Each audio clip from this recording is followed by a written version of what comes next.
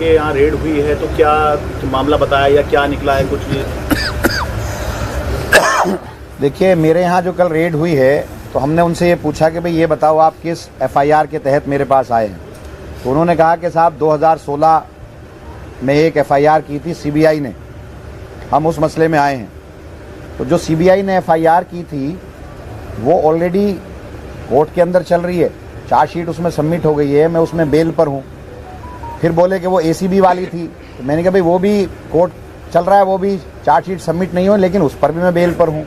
आप जिस रिक्रूटमेंट की बात कर रहे हो उसमें तो कहीं करप्शन है ही नहीं, इरेगुलरिटीज़ हो सकती है, इलीगलिटी कहीं नहीं है। किसी एक आदमी का ये चार्ज नहीं है कि पैसे लिए गए या पैसे दिए गए या हमने निकाल कर दिया। और जो कोर्ट का जजमेंट है, पीछे जब मैं बेल पर जब मेरी बेल हुई थी एसीबी वाले केस में, तो उसमें सीधा जज साहब ने सारी चीज़ें खोल कर कही थी कि कहीं करप्शन नहीं हुआ, आप कहीं सबूत नहीं दे पाए, कहीं आप वक्फ बोर्ड को कहीं नुकसान नहीं हुआ, सरकार का पैसे का कहीं लॉस नहीं हुआ, तो फिर आप क्यों गिरफ्तार करके लाए हो?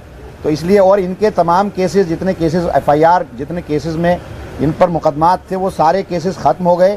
तो ऐसा भी कहीं से नहीं लगता कि ये मुस्तकिल कोर्ट के अंदर आते हैं, डेटों पे आते हैं, तो ऐसा भी नहीं लगता कि ये सबूतों के साथ छेड़छाड़ करेंगे।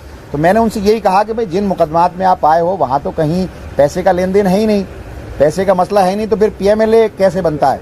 तो उन्होंने कोई मुझे एफआईआर नहीं दिखाई, सिर्फ ये कहा था कि हम तो सर्च करने आए हैं और 2016 का कोई केस है। तो 2016 का जो केस है वो नागपाल साहब के हैं, जो 17 तारीख को उसमें हियरिंग है, उसमें मैं पहले से जो हूँ बेल पर हूँ और वो चल रहा है। और वहाँ ये खुद नहीं जम पा रहे हैं, कुछ बता नहीं पा रहे हैं, वहाँ कुछ दिखा नहीं पा रहे हैं। तो कल मुझे 12 घंटा मेरे यहाँ रहे, एक तरफ हमको कर दिया, सारे मेरे कपड़े, सारी मेरी अलमारियाँ, मेरी वालदा जो है, मेरी माता बीमार थी, बहुत ज़्यादा बीमार थी, उनको सांस की तकलीफ़ है, तो 3-4 मरतबा नेबुलाइज़र उनको दिया गया, वहीं पर दिया गया। तो सारे लोग परेशान थे, मेरे बच्चे परेशान थे, लेकिन ये नहीं माने। 12 घंटे रहे, एक अलमारी, एक कपड़ा, सारे बक्से दिखाए, मैंने खुद दिखाया उनको अपना मकान कि आप ये देखो, मैं 100 गज़ के मकान में रहता हूँ। 100 गज़ का मकान है, जिसमें से अंदर का जो एरिया है, कवर्ड एरिया, वो 70-80 गज़ का है।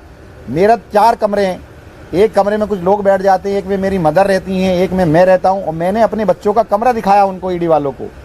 उस कमरा 8 बाई 10 का कमरा है। मैंने उनसे कहा कि देखो ये, और इसके अंदर बंकर बेड है, मेरा बेटा 21 साल का है, मेरी बेटी 16 साल की है। तो आपको कहीं से लगता है कि हम करप्शन करने वाले लोग हैं? आम आदमी पार्टी के लोग काम करना चाहते हैं, आप लोग परेशान कर रहे हैं। तो वो खुद हैरत में थे। मैंने बेड दिखाया, बेड के अंदर कब्जे नहीं थे, बेड चू चू बोलता है। तो मैंने सारा दिखाया कि आपको लगता है कहीं से कि हम बेईमाना करने वाले हैं या हम करोड़ों कमाने वाले हैं? तो वो सारी चीज़ें थी। और वो कहते हैं हम क्या करें साहब, हम तो बस भेजा जाता है तो हम आ जाते हैं। तो इस तरह की बातें हैं। और 10-12 घंटे तक परेशान किया, बहुत परेशान किया, खाना तक हमने नहीं खाया। 12 घंटे तक सिर्फ वो मेरी एक चीज़ ढूंढते रहे। Thank you.